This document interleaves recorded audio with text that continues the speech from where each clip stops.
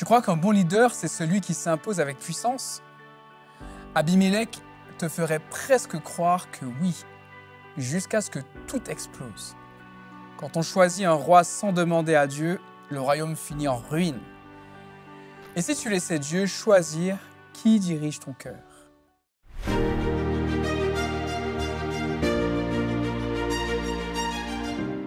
La pensée du jour se trouve dans Juges 9, versets 1 et 2.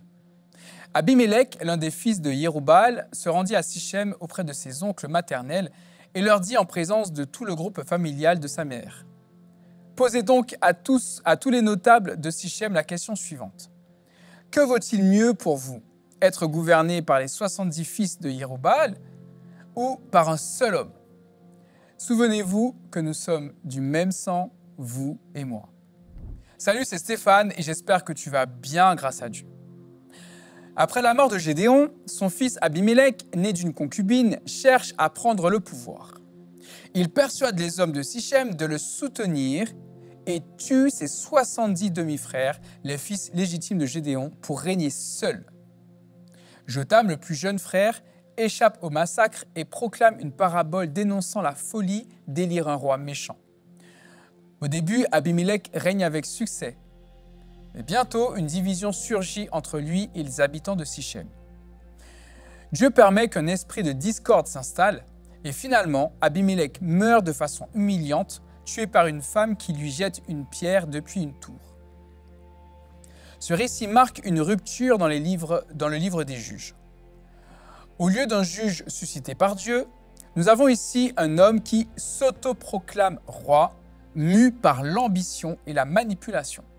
Il cherche le pouvoir non pour servir, mais pour se servir et dominer.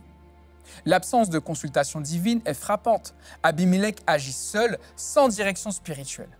Le peuple aussi est complice, préférant la sécurité d'un dirigeant fort plutôt que la fidélité à Dieu.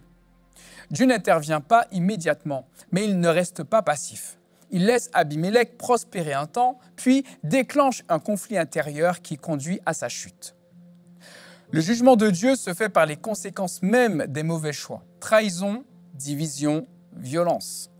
L'histoire se termine par la reconnaissance que Dieu a ainsi puni les crimes commis, en particulier le meurtre des 70 fils. Ce chapitre montre la profonde corruption de l'homme livré à lui-même. Sans Dieu, même les plus nobles héritages, comme celui de Gédéon par exemple, peuvent être pervertis. La miséricorde divine ici n'est pas d'épargner Abimelech, mais d'enseigner au peuple une leçon sur les conséquences de l'orgueil, de la trahison et du rejet de Dieu. Cette histoire nous interpelle fortement dans nos choix de leadership, mais aussi dans nos propres cœurs. Quand tu cherches à construire ta vie sur ta propre ambition, sans la direction de Dieu, tu risques de sombrer dans des cycles d'égoïsme, de manipulation et de destruction. Ce texte est un miroir de ce qui se passe quand Dieu est évacué de la sphère publique ou personnelle. Le chaos moral et relationnel s'installe. Mais même dans ce chaos, Dieu reste souverain.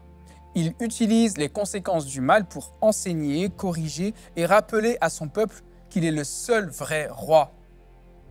Cette histoire est un appel pour toi à faire confiance à Dieu dans tous les choix de ta vie. Refuse la tentation d'éloigner le Seigneur de tes choix et de tes ambitions, même lorsque tu es convaincu d'avoir raison.